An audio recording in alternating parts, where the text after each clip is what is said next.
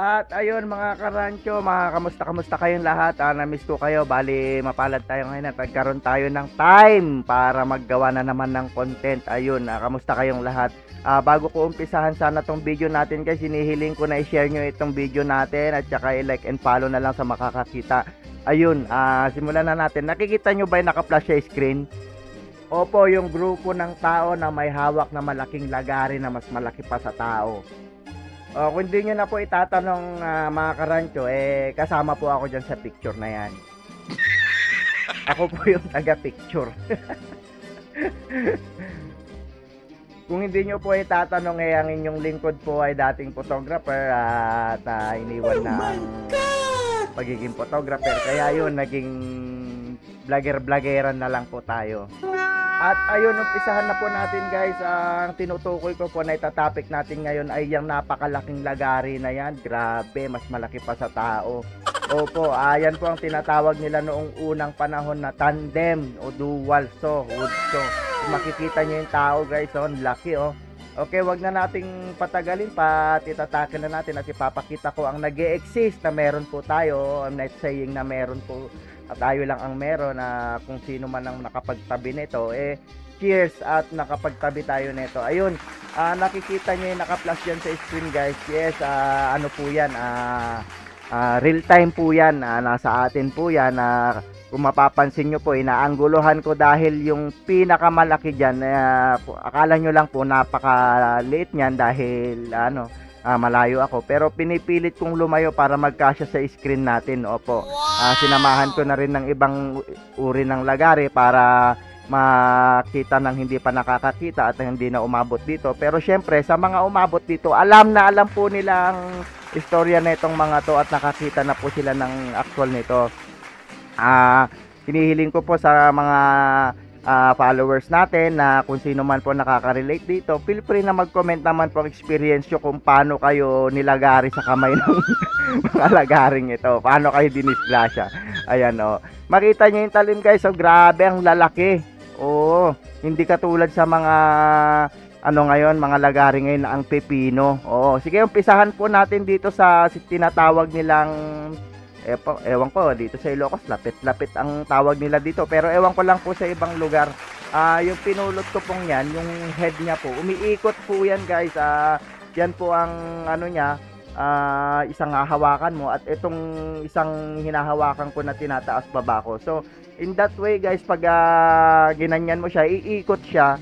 And then sa baba po niyan, meron po siyang pangbutas. Ayan po ang ginagamit nilang barena nung araw nung wala pa yung talagang pinipihit na yung isang klase. Sayang nga lang guys at wala dito yung isang barena natin at maipakita ko sana ang pagkakaiba nila. Ayun, kung makita nyo yan, yung tinataas baba ko yun, umiikot siya. So yan ang pinangbubutas nila noon guys. Imagine natin guys kung gaano ka manual noon, wala pang technology, ganyan kahirap ang mga trabaho noon pagdating sa mga furniture. At pangalawa natin guys, itong tandem saw din to, pagkakaalam ko sa iba, ewan ko lang kung anong tamang term dito, pero ang alam ko dito, pwede kayong maging dalawa kapag mahirapan kang maglagari, pero pwede ring single ito kasi gawa nga ng maliit lang. Kung mapapansin yung kahoy niya guys, so talagang antigo yan, pati yung tornilyo niya guys, antigo yan. Mapalad tayo at nakapagtabi tayo at dun sa may-ari nito, tayo ang napili niyang humalili para mag-take care dito. Umasa po kayo, shout out sa inyo. At balik po tayo sa spec nito guys. Kung makikita nyo yung blade nya guys, iniingatan ko yan, hindi ko yan ginagamit para hindi masira, kasi alam ko kapag nasira na yung blade nyan o nabali, nagkamali ka sa paglalagari, pwedeng mabali gawa ng katandaan nya, wala na tayong mabibiling blade nito. Kung meron man guys, siguro improvise na lang, pero mas maganda pag original. Yung hinahawakan ko guys, makikita nyo yung parang humahawak sa blade niya, kahoy yan guys. Ganun ka ang gamit noon, talagang more reliable sa kahoy. Kung meron man metal, mga pako, ganun lang. So makikita nyo ang pagkakaiba ng lagari noon sa lagari ngayon. I think nakita ko to sa video dun sa paggawa ni ni ano ng malaking barko inutusan siya ni Jesus. Moises ba yun? Oo, Moises. At ang pangatlo, ito guys, kung makikita nyo ito, laki ng talim niya guys, kaya ingat-ingat lang pag ginagamit mo ito. Isang lagari mo lang, malamang nasa sahig na ang daliri mo. Ayun ang laki guys, oh. Oh. Naalala ko to nung bata ako guys, sa pagbibili ako ng mga yelo. Utusan ako ng ng tatay ko. Maliit pa ako noon pero natatandaan ko na utusan ako ng tatay ko dahil nga ang tatay ko drunken master. Nice. Bibili ako ng yelo. Sabi niya, bumili ka ng yelo. Yung 5 piso noon guys, napakalaki na dahil ang yelo noon blocky guys, nakatago sa ipa. Dun sa makaabot dun sa panahong sinasabi ko, shoutout sa inyo. Pero dun sa mga hindi, sinasabi ko yung yelo natin ngayon, walang sinabi sa yelo noon. Ito ang pinanglalagari nila guys, aside sa ice pick. Ito, iuwi mo yung yelo na napakalaki, tatalian nila o kakakarga sa sako. Oo. At ang susunod guys ay ito, yung pang finale natin. Yung sinasabi kong grabe, yung ang laki. Kung tinitignan nyo lang na maliit ito guys, hindi. Mas malaki po sa akin yan. Kaya kung makikita nyo nakapaibabawan niya, ayan, dito muna tayo sa talim. Grabe yung talim niya guys. Oh. Imagine kung gaano ka ilang kalderong kakainin mong kanin para wasiwas nyo tong kwan na to na dalawa kayo, dahil ang mga tao noon guys napakalakas. Iba ang lakas ng tao noon compare ngayon dahil siguro sa kinakain.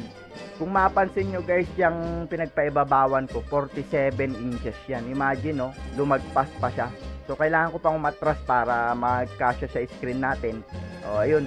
Yan guys yung mga iba-ibang uri ng mga gamit na ilan-ilan lang sa naitabi natin. Sinare ko lang, sana napasaya ko kayo kahit papano. At bless tayo na nagsishare ng mga ganitong video dahil nakita ko marami din ako napapasaya na tao. Kaya let's spread love guys, not hate.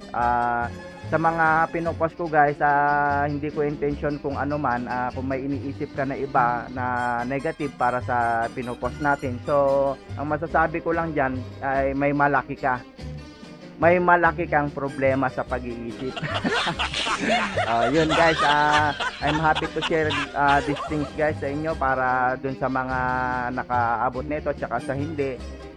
Sa maniwala kayo sa hindi guys, ang sarap balikan na nakaraan. Kung ako tatanungin nyo, gusto kong bumalik sa nakaraan. Pero syempre gusto ko may internet. Bye bye.